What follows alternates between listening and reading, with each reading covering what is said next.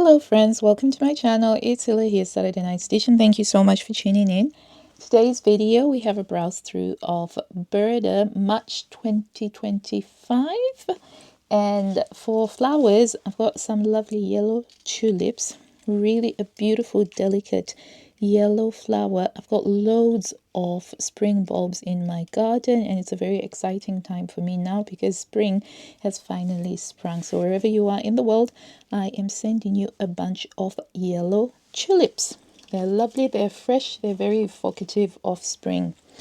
So we've got the issue, and I did receive this actually a couple of weeks ago, but I didn't get round to filming the browse through. But hey ho, better late than never. So line drawings are over here, and we have our pencils. So I do think that it had some interesting silhouettes that I thought, okay, they make a good potential spring capsule wardrobe.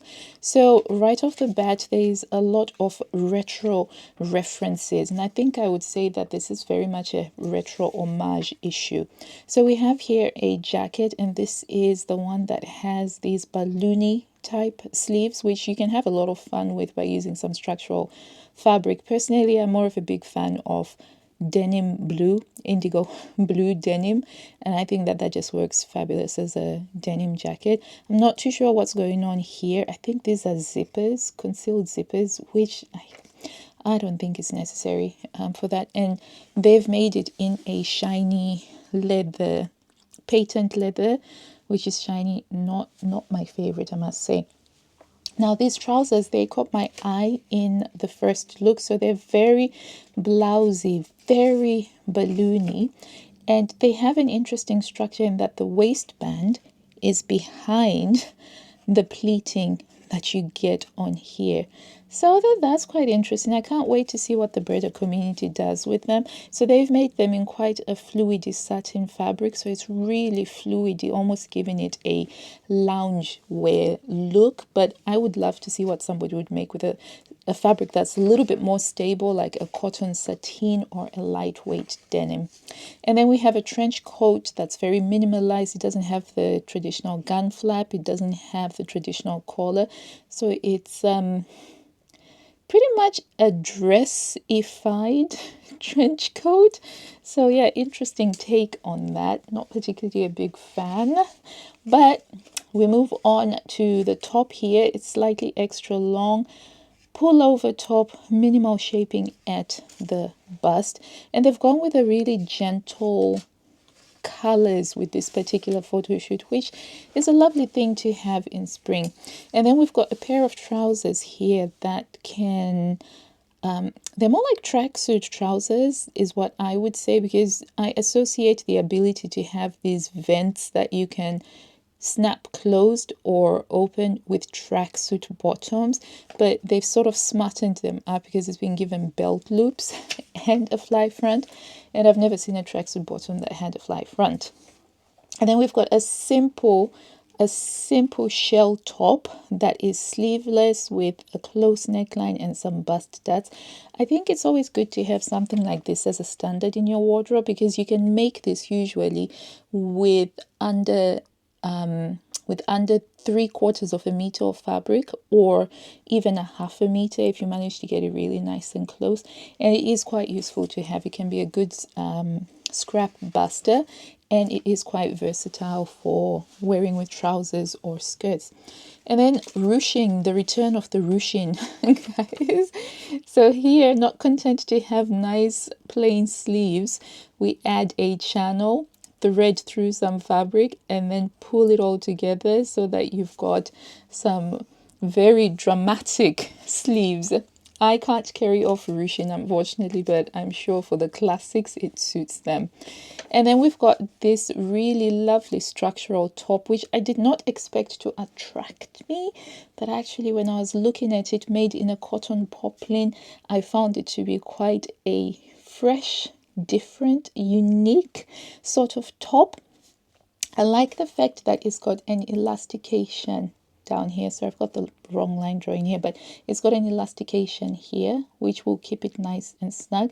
And I think there's something to be said about the about the way the neckline curves in, and then you've got this pleating detail. So I was curiously picked, my curiosity was picked by this particular style here. So it's a bit of a maybe for me. I've got some lovely mint cotton fabric that I think might work for that. And then we have a tunic that just gives me so much 70s vibes with that collar over there and the turn up cuffs. Oh, and a really cute cardigan. I quite liked this.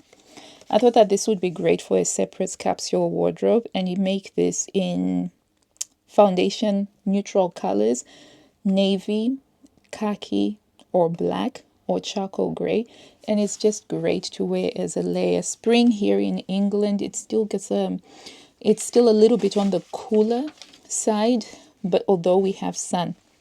And I did love this dress when I first saw it in the browse through. Sorry, in the first look, it's just a really lovely midi dress style. But oh gosh, the ruching, the ruching. I like the neckline as well. I really do like the neckline, and the cute little cap sleeves with the little bow detail gives it a very delicate femininity to it, which I think is lovely. I do enjoy seeing details of femininity creep in, because we've just had, over the last year, there's just been so many of those big oversized jacket masculine styles. Okay, and then we've got here a very clean, simple line jacket with some princess seams and minimal shaping, a very clean neckline. Interesting use of a stripy fabric, and interesting use of a globe. Love it. It's like, why carry a handbag when you can carry a globe? And then this dress, I like this dress, and this is definitely a potential one to make for me. I like the neckline, all of the angularity on the neckline, and it's sleeveless and it's got pockets. So in a way, it is similar to a dress that I've made before from April 2020 issue, I want to say, except for that one didn't have a belt with it, but I do like it, and I like the length of it. It's just below the knee. So this one was another one that I thought would be going really well. And also made with this cardigan here, you've got a complete outfit for a cool spring day. So yeah, I was very, very happy with this one. And then there was the jumpsuit. I am not normally a fan of jumpsuits. I'm not normally a fan of white, but I must say jumpsuit number 130, oh my days, it had me swooning. I don't know whether it was the styling that they did or they just managed to nail that aspirational look. I love this. And it even has D-rings, guys. So it's got the triple threat that I normally don't like, the D-rings. It's a jumpsuit and it's white, but I was still like, my goodness, this is a gorgeous looking jumpsuit. I like the sleeves, and I absolutely know that this would not suit me at all. It looks gorgeous on the model because obviously she's statuesque and super tall and she can carry it off. But yeah, I just thought, man, it's a good one. It's a good one.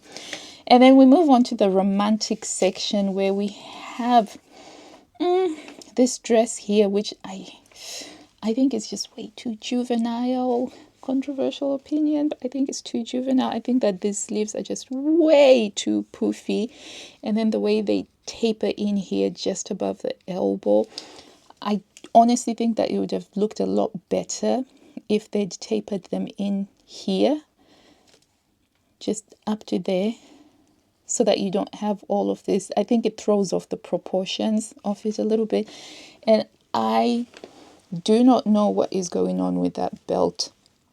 I'm sorry, but yeah, it looks like it's a rope that has been sewn and it's got some filling in it. It just does not work. I just felt that some of the details on this ones just did not come together well, and so it contributed to making it look a little bit more juvenile than what I would have liked to my taste.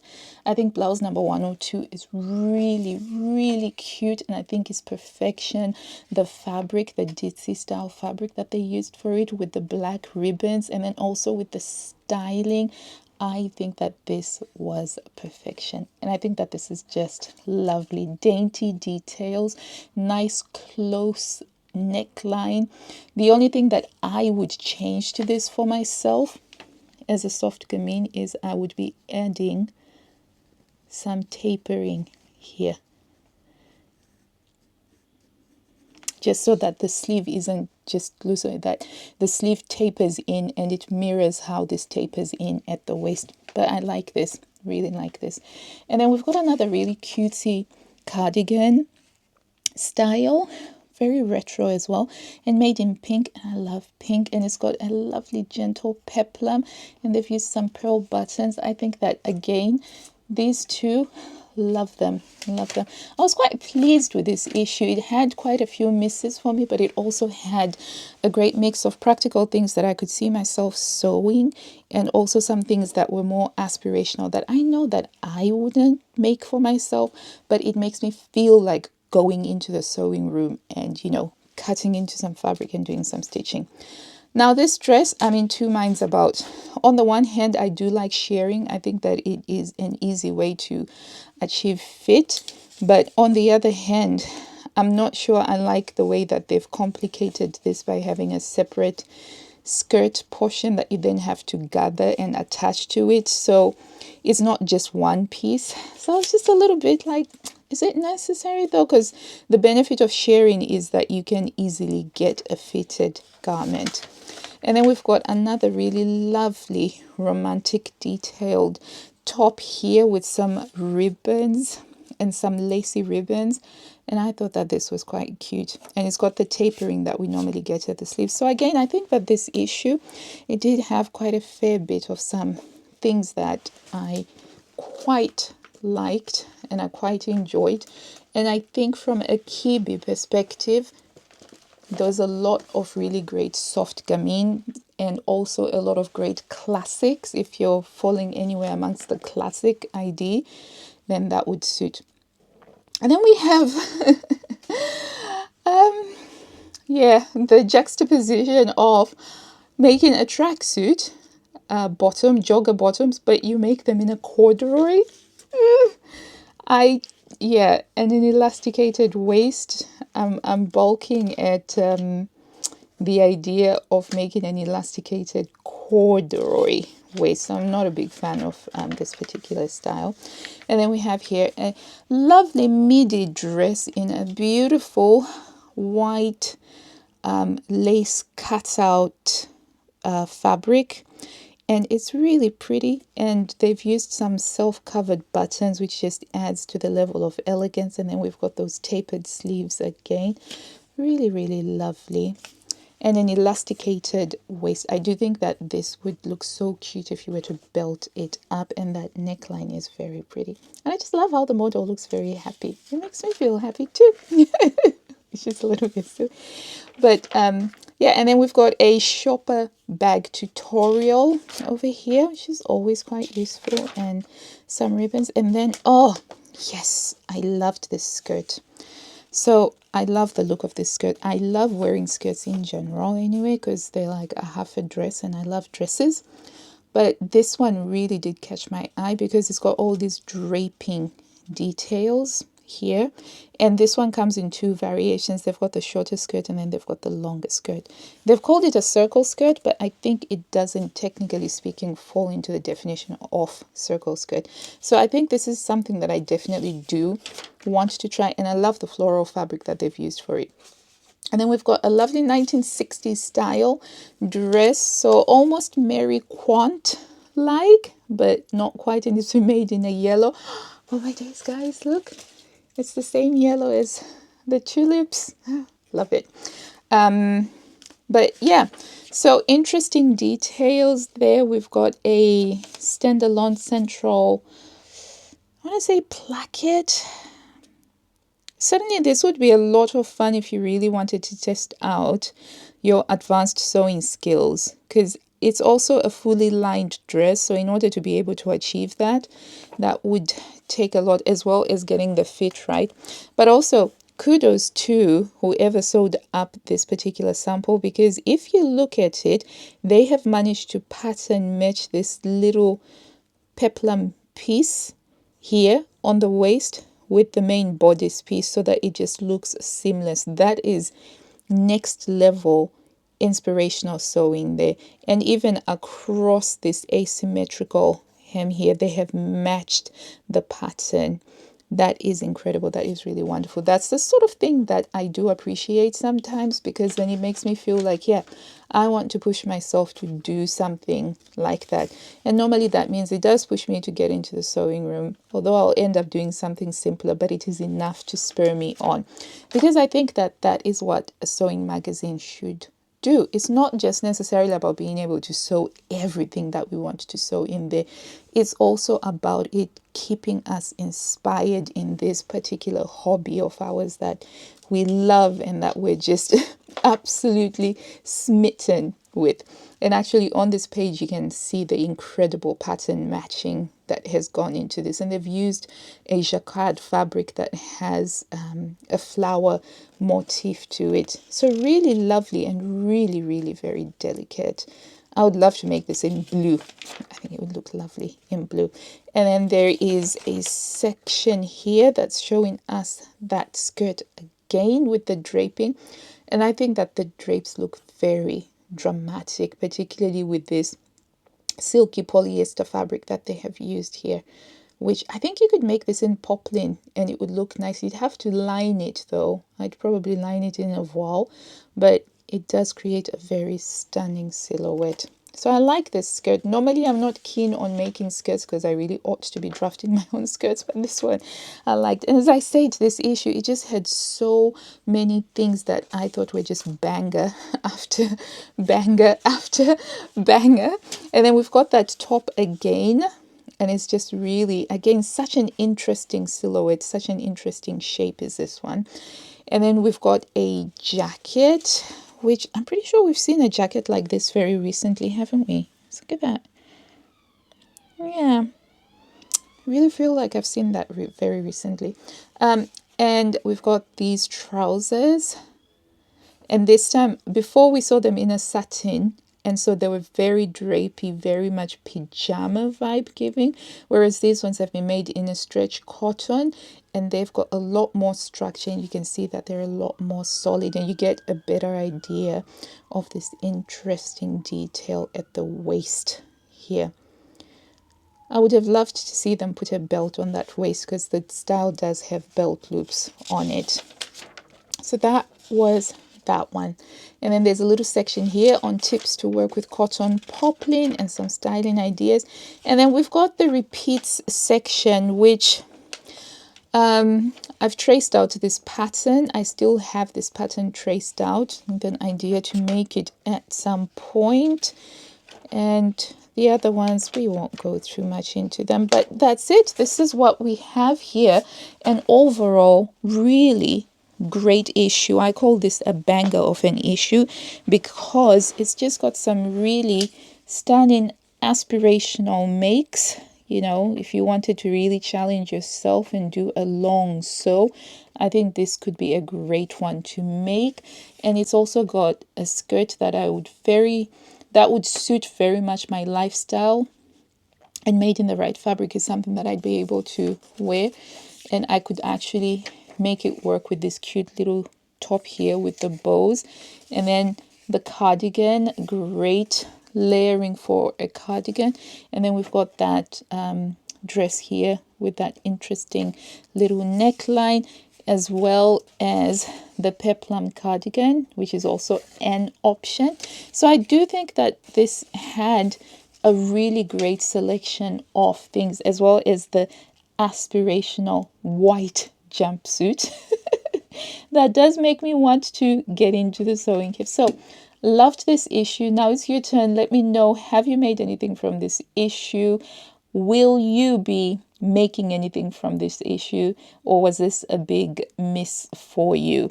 For me, I feel like this was a better issue than the other stuff that we'd gotten before, which is always nice to have in coincidence with the coming of spring, to have a slightly better issue. So until I see you next time, lovelies, happy sewing. Bye.